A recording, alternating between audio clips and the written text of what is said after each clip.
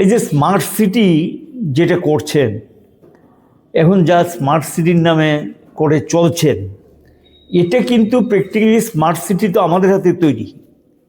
এখানে পরিষ্কারভাবে লেখা আছে যে ফুটপাথটার জন্য আলাদা করিডোর হবে, যারা ফুটপাথে উচ্ছেদ হবে তাদের জন্য রিহ্যাবিলিটেশনের প্রভিশন আছে, সমস্ত কিছু আছে। ইভেন বাঁধটাকে তো যারা উচ্ছেদ হবে তাদেরকে আগে পুনর্বাসন দেওয়া হবে। এবং স্মার্ট সিটির মধ্যে কিন্তু এগুলি ভাবনা চিন্তার মধ্যে আমাদের ছিল, কারণ প্রথম স্মার্ট সিটিটা আমাদের হাতে তৈরি।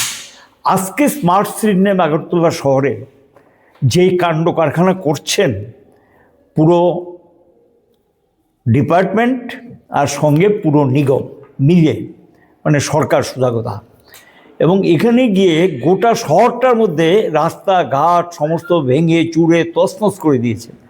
মানুষ এখন হাঁটা দুঃসাধ্য ব্যাপার, চলাফেরা দুঃসাধ্য ব্যাপার, গাড়ির জাম তৈরি করেছেন এবং অপরিকল্পিতভাবে কাজে হাত দিলে যা হওয়ার তাই হয়। আমরা কিন্তু রাস্তা বড় করেছি, আগরতলা শহরের প্রতিটা রাস্তা আমাদের সময় বড় হয়েছে বামফ্রন্ট সরকার, আমি আপনার মানে বামফ্রন্টের কথাই বলছি, কিন্তু এরকম অবস্থা তো হয়নি।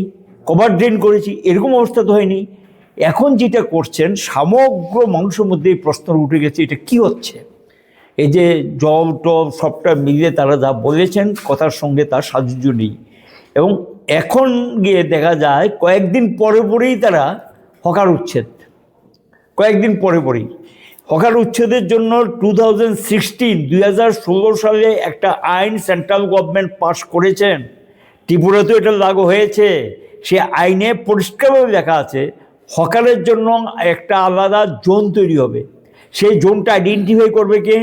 পুর নিগমের প্রতিনিধি, সরকারের প্রতিনিধি, হকারের প্রতিনিধি, নাগরিক প্রতিনিধি নিয়ে কমিটি হবে। কমিটি ওই এলাকাটাকে চিহ্নিত করবে, সেখানে তাদের পুনর্বাসনের ব্যবস্থা করবেন, তারপরে গিয়ে হকার উচ্ছেদ করতে হয়। তো আমরা লক্ষ্য করছি এটা একটা খেলাধুলার মতো ব্যাপার হয়ে যাচ্ছে। উচ্ছেদ করছেন, আবার 7 দিন পরে বসে, আবার 10 দিন পরে বসে ম্যানেজ। এটা কি ম্যানেজ টেনিস হয়? হকারদেরকে জিজ্ঞাসা করলে বলবে কি ম্যানেজ টেনিসটা কি কিছু দিতে হয়, দিয়ে নাকি বসতে হয়।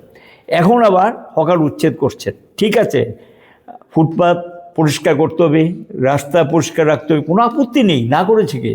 কিন্তু তার আগে যারা এই জিনিসটার উপরে তার জীবিকা নির্বাহ করে, চাকরি নেই, বাকরি নেই, রেগার কাজ নেই, টুইবের কাজ নেই, কিচ্ছু নেই, সরকারের কোনো ইনফ্রাস্ট্রাকচার ডেভেলপমেন্ট নেই, তো লোকগুলি খাবে কি, বাঁচবে কি করে?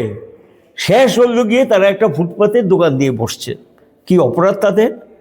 সে তো কারোর উপরে মাথায় বাড়ি দিয়ে খায় না, চুরি করে খায় না, কাউকে ঠকিয়ে খায় না, বা তোলাবাজি করছেন না। যা তোলাবাজি চলছে গোটা রাজ্যে, সমগ্র তোলাবাজি চলছে, তোলাবাজিকে কেন্দ্র করে নিজেদের মধ্যে সংঘর্ষ হচ্ছে।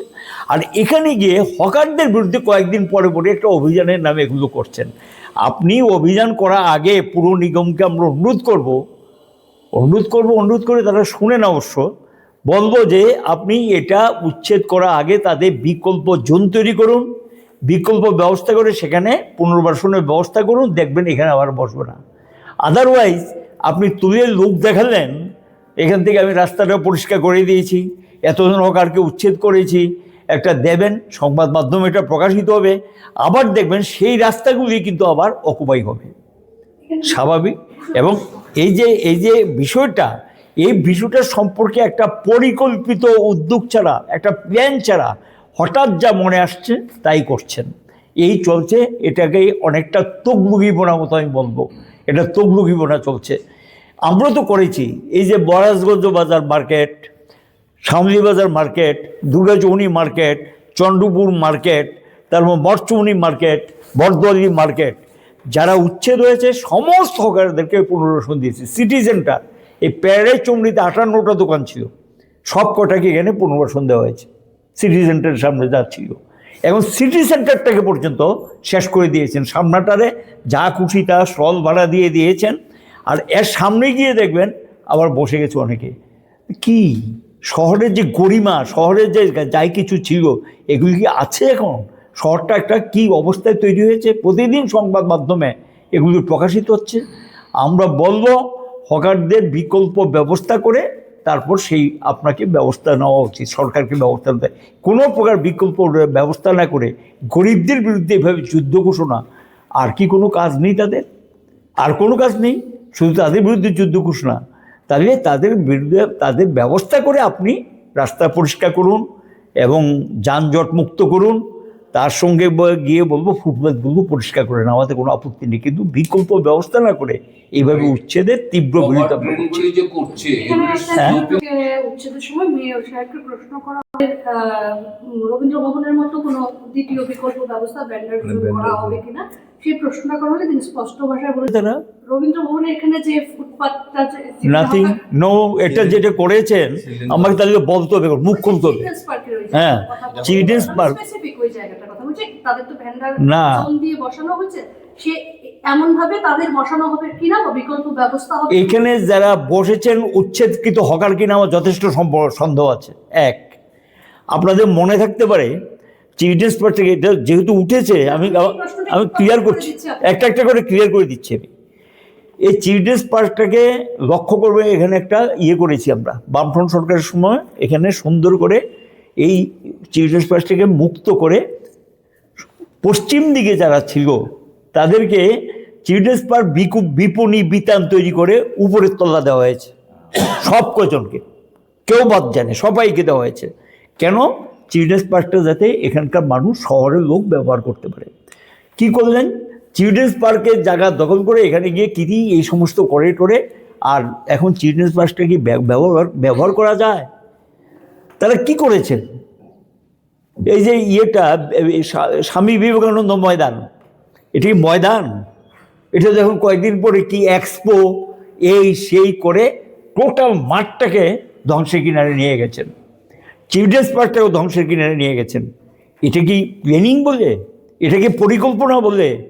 আমরা তো করেছি, আমরা মার্কেটগুলো ডেভেলপ করে সেখানে গিয়ে যারা এখান থেকে সরেছেন তাদের ব্যবস্থা করেছি, আবার নতুন লোকদেরকেও সেখানে আমরা জায়গা করে দিয়েছি। এইটুকু গিয়ে প্ল্যানিং। তো উনি যে বলছেন যে বিকল্প করবেন, কোথায়? আমি এখানে আপনাকে প্রশ্ন হয়েছিল, তারা যে আগে বলেছে এইভাবে বিকল্প করেছে, এই ক্ষেত্রে এবারে যে উচ্ছেদ করেছে তাদের জন্য কোনো বিকল্প করা হবে কিনা? স্পষ্ট ভাষায় তিনি বলেছেন বেআইনি ভাবে যারা হকাররা বসেছেন তার দায় সরকারের নয়, কি বলবেন?